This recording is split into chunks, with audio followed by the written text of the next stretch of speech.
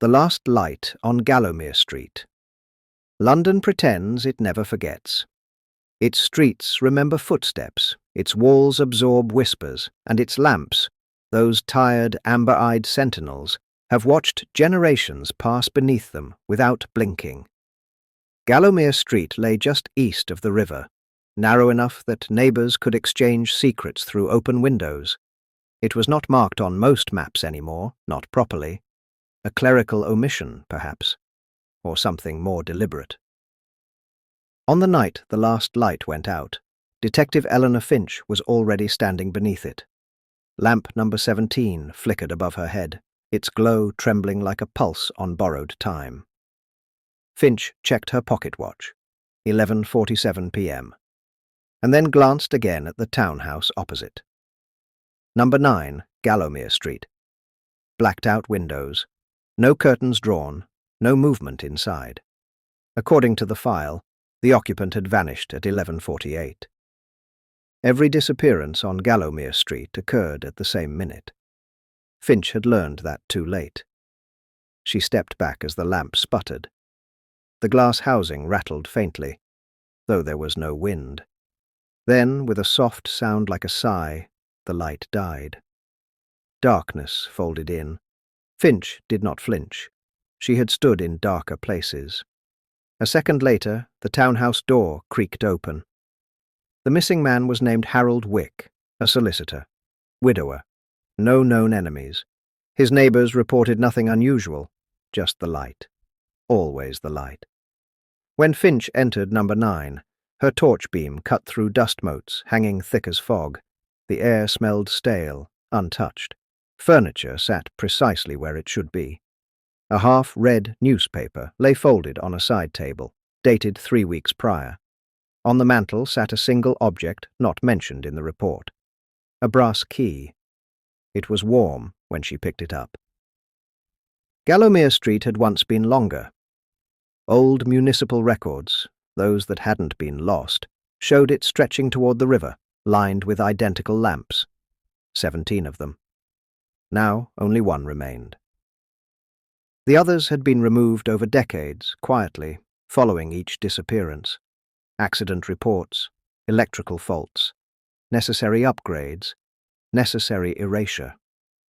Finch visited the city archives at dawn. A clerk with pale eyes and shaking hands retrieved a ledger older than the building itself. People used to say the lamps were peculiar, he whispered, glancing around.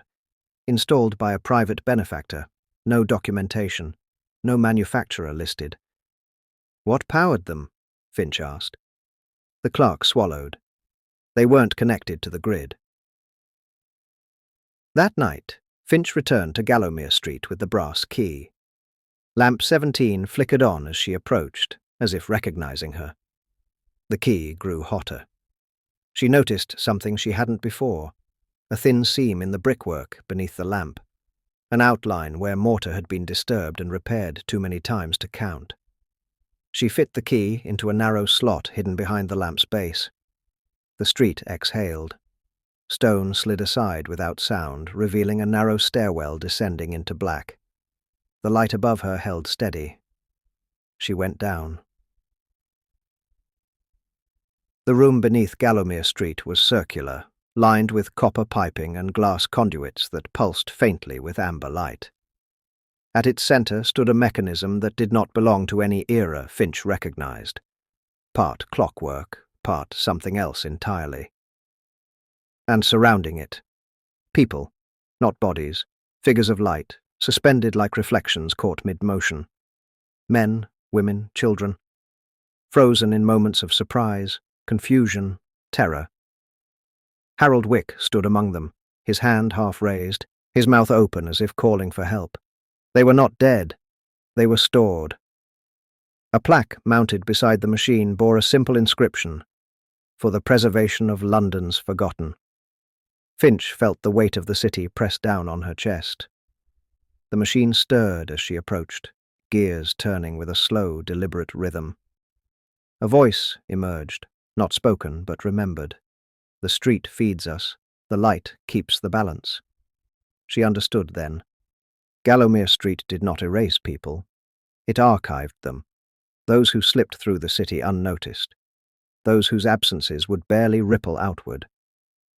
The lamps harvested them at the moment the city decided it no longer needed to remember. Finch thought of her own life, the unsent letters, the cases quietly reassigned, the colleagues who spoke over her as if she were already fading. Lamp 17 flickered again. The voice returned. One light remains, one exchange required. The machine awaited her choice. Dawn found Gallowmere Street empty.